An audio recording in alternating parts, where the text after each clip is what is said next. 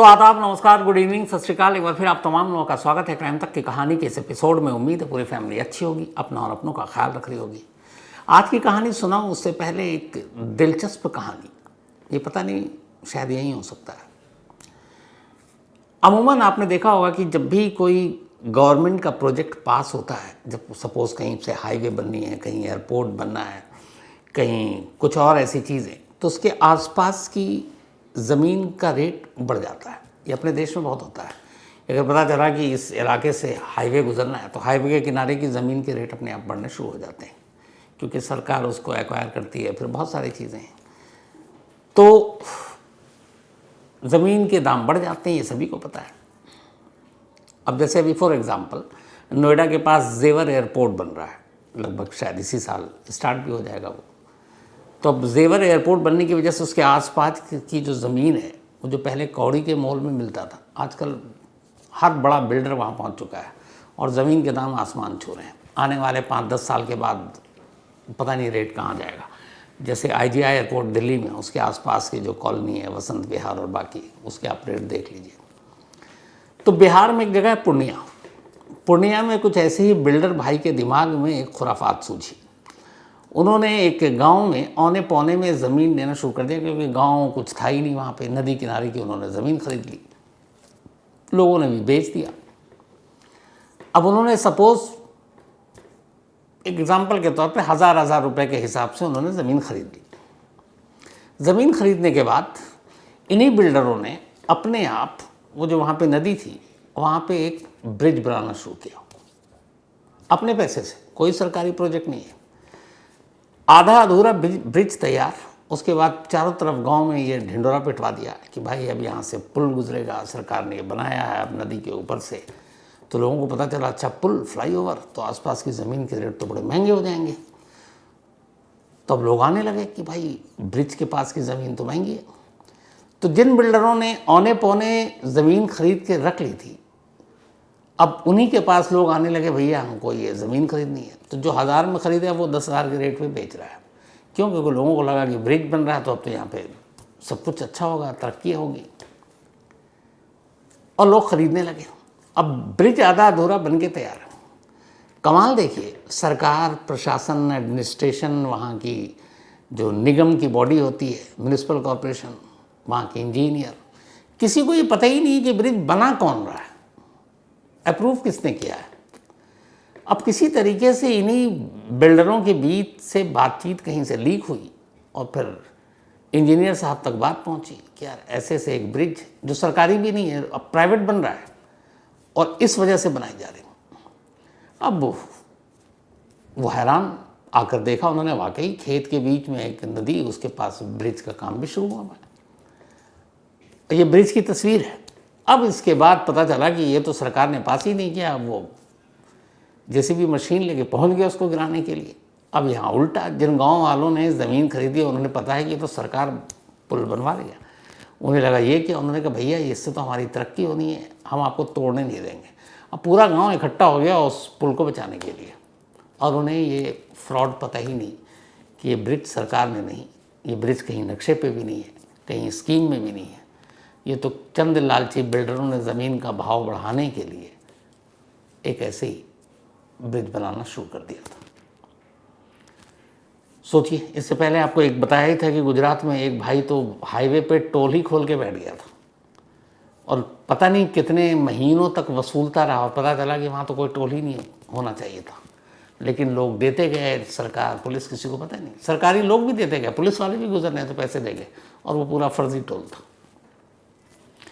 तो ये अजब गजब चीज़ें हमारे देश में होती रहती हैं। अब आते हैं आज की कहानी के ऊपर। आज की कहानी एक ऐसी कहानी है जो सुपरस्टार रजनीकांत की एक फिल्म शिवाजी द बॉस, ये फिल्म मैंने कई बार देखी है। उस फिल्म से प्रेरणा लेकर एक हस्बैंड वाइफ ने एक साजिश रची, और उसी की ये पूरी कहानी है। इस कहानी की शुरुआत होती है 13 अगस्त 2024, 13 अगस्त 2024 की बात है। बेंगलुरु के एक हाईवे पर एक रोड एक्सीडेंट होता है। एक कार को एक लॉरी टक्कर मार के चली जाती है। इसके बाद एक लेडी जिनका नाम है शिल्पा रानी, उम्र करीब 30 साल, ये वहीं पे एक पुलिस स्टेशन है, गंडासी पुलिस स्टेशन, ये वहाँ पहुँचती हैं और पहुँचने के बाद एक रिपोर्ट लिखाती हैं। रिपोर्ट ये थी कि ये अपने हस्बैंड के साथ मैंगलोर से आ रही थी। मैंगलोर में उनकी बेटी पढ़ती है, तो उसको विज़िट करने के लिए गए थे। वापस जब आ रहे थे तो कार का टायर पंक्चर हो गया। सड़क किनारे इन्होंने कार रोकी। कार का ड्राइवर टायर चेंज कर रहा था।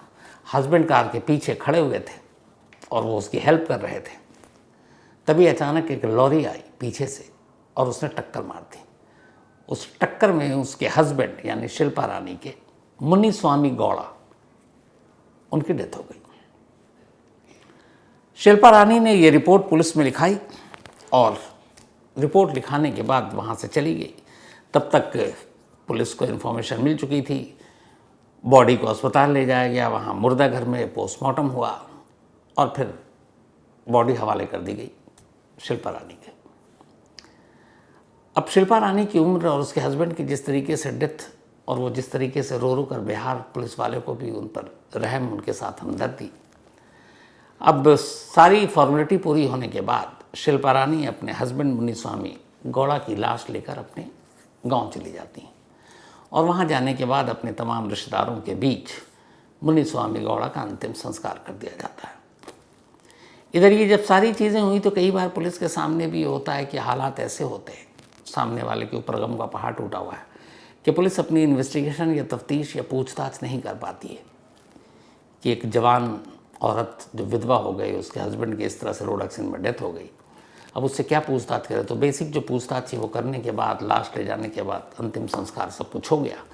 अब 5-6 दिन बीते तो पुलिस ने कहा कि चलो कुछ सवालों के तो जवाब चाहिए, तो इन्वेस्टिगेशन अब शुरू करती है।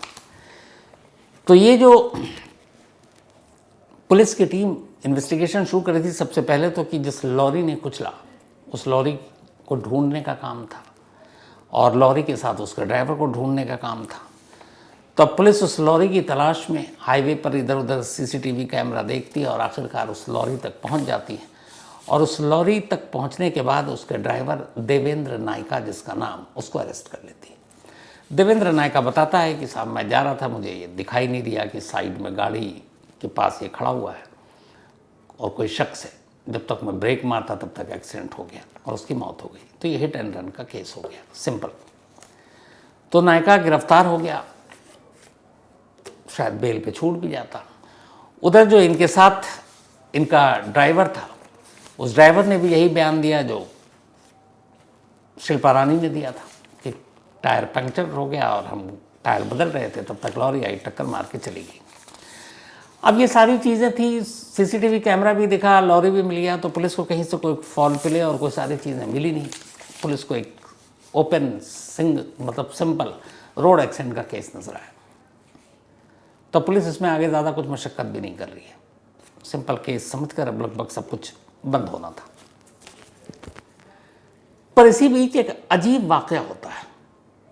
इस हादसे के करीब 15 दिन के बाद मुर्दा खुद चलकर एक पुलिस इंस्पेक्टर के घर पहुंचता है और ये मुर्दा कोई और नहीं बल्कि यही मुनिस्वामी गौड़ा था, जिसकी रोड एक्सीडेंट में 13 अगस्त 2024 को मौत हो गई थी और करीब 27 या 28 अगस्त 2024 को ही ये अपने गांव में एक पुलिस इंस्पेक्टर उनके सामने जाकर खड़ा हुआ था और ये वो पुलिस इंस्पेक्टर थे जो 15 दिन पहले उसी गौड़ा के अंतिम संस्कार में बाकायदा शामिल होकर आए थे। तो पहले तो देखा तो वो घबरा गए क्योंकि मुर्दा उनके दरवाजे पर खड़ा है, लेकिन पुलिस अफसर थे, फ़ौरन संभले, उन्हें लगा कुछ तो गड़बड़ है। असल में ये जो पुलिस इंस्पेक्टर थे, श्रीनिवास इनका नाम है, ये जिस थाने में ये रिपोर्ट दर्ज कराई गई थी एक्सीडेंट की, गंडासी, वहाँ से 232 किलोमीटर दूर एक और थाना है चिक्का बल्लापुरा, वहाँ पे ये पोस्टेड थे, मतलब क्राइम सीन से 232 किलोमीटर अवे, और वहाँ ये पोस्टेड थे श्रीनिवास। और इत्तेफाक से श्रीनिवास गौड़ा के दूर के रिश्तेदार लगते थे। तो मुर्दा यूं ही चलकर नहीं आया था, बल्कि मुर्दा एक काम से आया था। यानी गौड़ा एक काम से आया था। अब वहाँ आया तो पहले तो श्रीनिवास चौंके कि जिस शख्स के अंतिम संस्कार में हिस्सा लेकर वो आए वो शख्स तो सामने खड़ा है, तो फिर मरा कौन? तो फिर गौड़ा अपनी कहानी सुनाता है, बोलता है कि मैं तुम्हारे पास, चूँकि तुम मेरे रिलेटिव हो, रिश्तेदार हो, कज़न लगते हो, मदद के लिए आया हूँ, मुझे तुम्हारी मदद की ज़रूरत है। लेकिन इंस्पेक्टर को अपना फ़र्ज़ याद आ जाता है, वो रिश्तेदारी किनारे रखता है और कहता है कि नहीं, ये गलत है, तुम जानबूझकर मुर्दा बने, लेकिन जिस मुर्दे को जलाया गया, अंतिम संस्कार हुआ, वो कौन था? इसका मतलब है कुछ फॉल प्ले है, कुछ गड़बड़ है, तो मैं तुम्हारी मदद तो नहीं करूँगा। और वो खामोशी से श्रीनिवास उसको उलझाकर कमरे में बिठाता है और लोकल पुलिस को फ़ोन कर देता है। अपना रिश्तेदार है उसका, लेकिन फ़र्ज़ उसके लिए ज़्यादा ज़रूरी था। श्रीनिवास के फ़ोन करने पर लोकल पुलिस की फ़ौरन टीम आती है और उस मुर्दे को अरेस्ट कर लेती है, यानी मुन्नुस्वामी गौड़ा को। अरेस्ट करने के बाद अब ये पता था कि एक्सीडेंट कहाँ हुआ, क्योंकि वो रिलेटिव था, अंतिम संस्कार में भी हिस्सा लिया था। रोड एक्सीडेंट कहाँ हुआ सारे गांव वालों को, रिश्तेदारों को पता था। तो उसे ये भी पता था कि वो पुलिस स्टेशन कौन सा है। तो गंडासी पुलिस स्टेशन को फिर इन्फॉर्म किया गया कि आपके यहाँ जो एक रोड एक्सीडेंट का केस दर्ज है, जिसमें एक शख्स मुन्नुस्वामी गौड़ा की मौत हुई थी, वो मुन्नुस्वामी गौड़ा असल में मरा नहीं है बल्कि ज़िंदा है और उस वक्त यहाँ है। ये सुनते ही अब उधर गंडासी पुलिस स्टेशन की टीम भी हैरान हो गई। फ़ौरन एक टीम वहाँ से रवाना होती है, करीब 232 किलोमीटर का सफ़र तय कर गांव पहुँचती है और मुन्नुस्वामी गौड़ा को अपनी कस्टडी में लेकर अब वापस चली जाती है। अब पुलिस को ये समझ में नहीं आ रहा है कि रोड एक्सीडेंट में एक शख्स जिसकी मौत हो गई वो ज़िंदा कैसे है। दूसरा, वो ज़िंदा है और अगर उसने कुछ कानून तोड़ा, फ्रॉड किया, तो एक पुलिस इंस्पेक्टर के घर क्यों पहुँच गया? फिर ये लगा कि शायद रिश्तेदार है, उसे लगा होगा मदद करेगा। और उससे बड़ा सवाल ये कि जिस शख्स का अंतिम संस्कार हुआ वो कौन है? अब ये भी सारी चीज़ें पूछताछ होनी ही थी कि तभी पुलिस को एक और जानकारी मिली। पता चला कि जिस दिन गौड़ा उस पुलिस इंस्पेक्टर के घर गया, दोपहर के बाद का वक्त था, उसी दिन सुबह उसकी वाइफ यानी शिल्पा रानी, जो कंप्लेनेंट है, जिसने एफआईआर लिखाई अपने पति की रोड एक्सीडेंट में मौत की, वो वहाँ के एक लोकल इंश्योरेंस ऑफिस में पहुँचती है और 4 करोड़ रुपए का एक इंश्योरेंस क्लेम करने का एप्लीकेशन देती है विथ डेथ सर्टिफिकेट। और ये इंश्योरेंस था उसके अपने हस्बैंड मुन्नुस्वामी गौड़ा के नाम, जिनकी रोड एक्सीडेंट में डेथ हो गई थी। फॉर्म वॉर्म जमा हो चुका था। अब इधर जैसी ये जानकारी पुलिस को मिली है, पुलिस को लगा कि खेल कुछ और है। अब पुलिस ने वाइफ को भी बुलाया और शिल्पा रानी और मुन्नुस्वामी गौड़ा अब दोनों थाने में, और उसके बाद उनसे पूछताछ शुरू हुई। जब पूछताछ शुरू हुई तो जो पूरी कहानी सामने आई वो कुछ अजीब सी थी। मुन्नुस्वामी गौड़ा की बेंगलुरु में टायर की दुकान थी। इसके अलावा वो एक खेती विशेषज्ञ भी था, एग्रीकल्चर एक्सपर्ट। ज़िंदगी ठीक ठाक चल रही थी, लेकिन कोरोना आने के बाद उसका बिजनेस सफ़र किया। उसने कुछ अपने दोस्तों से, कुछ रिलेटिव से कर्ज लिया। कर्ज की रकम बढ़ती गई, लौटा पाया नहीं क्योंकि कोरोना काल बढ़ता जा रहा था। तब उसके पास काफ़ी कर्ज हो गया। अब तकाजा भी होने लगा, लोग मांगने लगे, पैसे हैं नहीं कि वो लौटाए। उसे समझ में नहीं आ रहा था कि क्या करे। इसी दौरान जैसे बाकी लोग कोरोना काल में OTT सबसे ज़्यादा फेमस हुआ था, घर बैठकर OTT पे मनोरंजन की सारी चीज़ें देखते थे। तो शिल्पा रानी और मुन्नुस्वामी गौड़ा एक दिन घर पर बैठकर एक फिल्म देख रहे थे, शिवाजी बॉस। रजनीकांत की फिल्म है, सुपरहिट फिल्म है, बॉक्स ऑफिस पर रिकॉर्ड तोड़ कमाई की थी। इस फिल्म में एक जगह एक कहानी ये है कि रजनीकांत की, ये समझा जाता है कि मर गए और रजनीकांत एक दूसरे रूप में फिर से सामने आ जाते हैं, मतलब एक तरह से बॉडी डबल। हालांकि रजनीकांत की मौत नहीं हुई थी। तो वो फिल्म की कहानी थी। ये बात असल में दोनों हस्बैंड वाइफ को क्लिक कर जाती है और अचानक वो एक प्लान बनाते हैं। उन्हें लगता है कि अगर गौड़ा की मौत हो जाए नकली में और असली में हो नहीं, और इंश्योरेंस हो, तो सारी रकम आ जाएगी, कर्जदारों के कर्ज वसूल हो जाएंगे, और फिर ये है कि गौड़ा दुनिया के लिए तो मर गया, तो ये लोग वो बेंगलुरु छोड़ेंगे, अपना गांव छोड़ेंगे और नॉर्थ इंडिया या फिर नेपाल में जाकर कहीं शिफ्ट हो जाएंगे। तो इसके लिए इन्होंने 4 करोड़ रुपए का इंश्योरेंस कराया, बीमा मुन्नुस्वामी गौड़ा के नाम पर। अब जब बीमा हो गया तो इसके बाद अब प्लानिंग का अगला हिस्सा, बॉडी डबल करना है या अपनी मौत अपनी दिखानी है, लेकिन मरना किसी और को होगा। अब तलाश हुई एक ऐसे शख्स की जिसका हुलिया मिलता जुलता हो। ऐसा एक शख्स मिला जो कबाड़ चुनने का काम करता था, जिसका कोई नहीं था। बहुत सारे लोगों को पहले मियाँ बीवी ने तलाश किया, फिर उन्हें एक शख्स मिला जो शहर में अकेला रहता था। हाइट वाइट सब गौड़ा के हिसाब से थी। गौड़ा की उसकी नज़र पड़ी, गौड़ा ने जाकर उससे बात की, उसको पैसे दिए, पता किया कहाँ रहता है, कभी इधर सो जाता है कभी उधर सो जाता है, फिर उसे अपने कपड़े दिए। इसके बाद डेली अब वो उससे जाकर मिलता, क्योंकि उसने पूछ लिया था कि तुम कब कहाँ होते। और उस शख्स को लगा कि क्या महान आदमी है, बेचारा हम जैसे गरीबों की मदद कर रहा है। अगले 2 महीने तक वो उस जो कबाड़ चुनने वाला और यूं ही एक गरीब इंसान जाकर गौड़ा उससे मिलता, उसे खाना देता, उसे पैसे देता, उसे कपड़े देता और अपने कपड़े पहनाता कि तुम साफ पहनो। यहाँ तक कि एक दिन उसने कहा कि चलो तुम्हारा हेल्थ चेकअप भी करा देते हैं, बाहर रहते हो, पता नहीं इन्फेक्शन ये वो। उसे लगा देवता आदमी है। ले जाकर बाकायदा उसका ब्लड टेस्ट कराया, ब्लड ग्रुप जानने के लिए। और इत्तेफाक की बात ये कि उस शख्स का ब्लड ग्रुप सेम वही ग्रुप था जो गौड़ा का था। अब गौड़ा को लगा कि यही शिकार है। 2 महीने के पूरे उसकी देखभाल करने के बाद अब उसे तलाश थी एक ड्राइवर की, और ये ड्राइवर मिला उसे नायक के तौर पर। उसने उसे 5 लाख रुपए दिए और अपने इस प्लान में शामिल किया। इसके बाद इनकी बेटी सचमुच मैंगलुरु में पढ़ती थी, मैंगलुरु में। वहाँ ये लोग गए। वापसी में ये प्लान था कि कहाँ पे एक्सीडेंट करना है। वापस ये बेंगलुरु आते हैं। बेंगलुरु आने के बाद अब उसी शख्स को उठाते हैं, अपने साथ ले चलते हैं। 2 महीना वो इतना साथ हो चुका था, हस्बैंड वाइफ दोनों को जानता था कि वो उनके मतलब सिर्फ पैर छूता था कि ऐसे अच्छे भले लोग अब कहाँ हैं।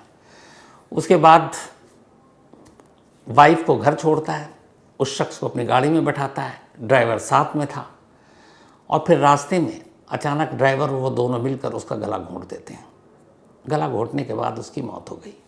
मौत होने के बाद अब एक जगह गाड़ी रोकते हैं, टायर पंक्चर करते हैं, और फिर उस लॉरी ड्राइवर को जिसको 5 लाख रुपए दिए था नायका, उसको इशारा देते हैं कि तुम अब यहाँ पर लॉरी लेकर आओ। कार के बराबर में उसकी बॉडी रखते हैं, कार को थोड़ा और किनारे कर देते हैं, लॉरी वाला आता है, उसके ऊपर चढ़ाता है और निकल जाता है। इसके बाद अब सीन पर पहुँचती है बीवी, बीवी पहुँचती है फिर बाद में हॉस्पिटल के बाद थाने और पूरा रिपोर्ट लिखाती है। अब ये पूरी कहानी सुनाई। इस बीच में जो पुलिस वाला जांच कर रहा था इस मामले की, शुरुआत में बीवी के साथ चूँकि सिंपैथी थी कि हस्बैंड की मौत हुई, क्या पूछताछ करें, उसकी अपनी इन्वेस्टिगेशन में 2 बड़ी अजीब चीज़ें उससे पता चली। लेकिन इससे पहले कि वो इस केस को आगे बढ़ाता, तब तक वो रिश्तेदार इंस्पेक्टर के घर पहुंचकर उसने खुद ही अपना भांडा फोड़ लिया था। वो 2 अजीब चीज़ें ये थी कि जिस आईओ को इस केस को सौंपा गया, इस हिट एंड रन केस को, वो हॉस्पिटल पहुंचा जहाँ पोस्टमार्टम हुआ था। तो जब वो पोस्टमार्टम जहाँ हुआ वहाँ पहुँचा और डॉक्टर से बात की, इत्तेफाक से उस पोस्टमार्टम हाउस का एक कर्मचारी पुलिस वाले का जानने वाला था, आए दिन उनका डील होता रहता है। तो उस कर्मचारी ने आकर बताया, जब उसने पूछा कि लाश क्या, कहाँ पे जख्म चोट, तो उसने कहा साहब उसने एक दिन बड़ी अजीब सी बात हुई थी। उनकी जो वाइफ थी जब बॉडी ले जा रही थी तो चेहरे पे कोई वो नहीं था, चेहरा ठीक ठाक था, पहचान में आ रहा था, बाकी जिसमें बहुत ज़्यादा गहरे चोट थे। तो उसकी बीवी ने कहा था कि तुम बाकी गर्दन वर्दन के साथ उसके चेहरे पे जितना बैंडेज बांध सकते हो बांध दो, मतलब चेहरा छुपा दो। तो बोला आमतौर पर ऐसा कोई करता नहीं है, पर चूँकि वाइफ थी, उसने कहा उसका हस्बैंड, तो मैंने चेहरे पे पूरा बैंडेज लगा दिया। पुलिस वाले को लगा कि ऐसे चेहरा कौन छुपा सकता है। दूसरी चीज़, पोस्टमार्टम रिपोर्ट जब आई तो पता चला कि मौत की वजह गाड़ी से कुचलना नहीं था, बल्कि स्ट्रैंगुलेशन था, यानी गला घोंट कर उसको मारा गया। अब ये 2 चीज़, उधर उनकी अपनी गवाही, फिर उनका इकबाल जुर्म, और ये सारी चीज़ें एक simple road and accident case को, जो असल में एक मर्डर था, उसकी परतें खोल देती है। लेकिन इस कहानी का सबसे अफसोसनाक पहलू ये है कि ये सारी कुछ जानने के बाद जिस शख्स को 2 महीने तक मियाँ बीवी ने अपने भरोसे में लेकर रखा, उसे खिलाया पिलाया, उसका ब्लड ग्रुप तक चेक किया। उसकी असलियत क्या थी, उसका नाम क्या था, वो कहाँ का रहने वाला था, उसका परिवार कहाँ रहता है, ये आज भी नहीं मालूम।